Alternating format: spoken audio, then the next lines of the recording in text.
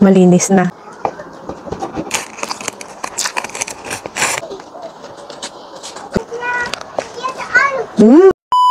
Nagdikit-dikit yung paggawa nila ng honeycomb. Ayan oh, naputol. Kasi yung pagkagawa nila, naidikit sa kabila.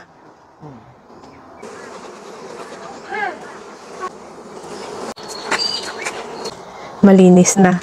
Ito oh, fully cup. Yes.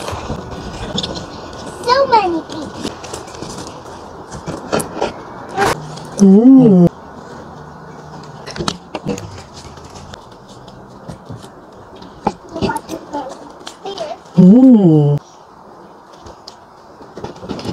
Look at that. Yummy.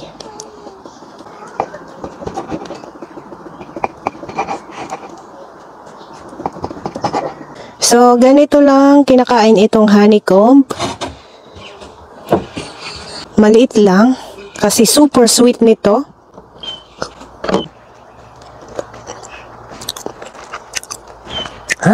Super sweet. Yung honeycomb niya, para siyang bubble gum. Ang favorite way ko sa pag-consume nitong honeycomb ay nilalagay ko siya sa tinapay. Thin slices. Ganyan. Kuha pa tayo. Manipis lang. Yan. I-scrape ko lang itong honey na palabas na.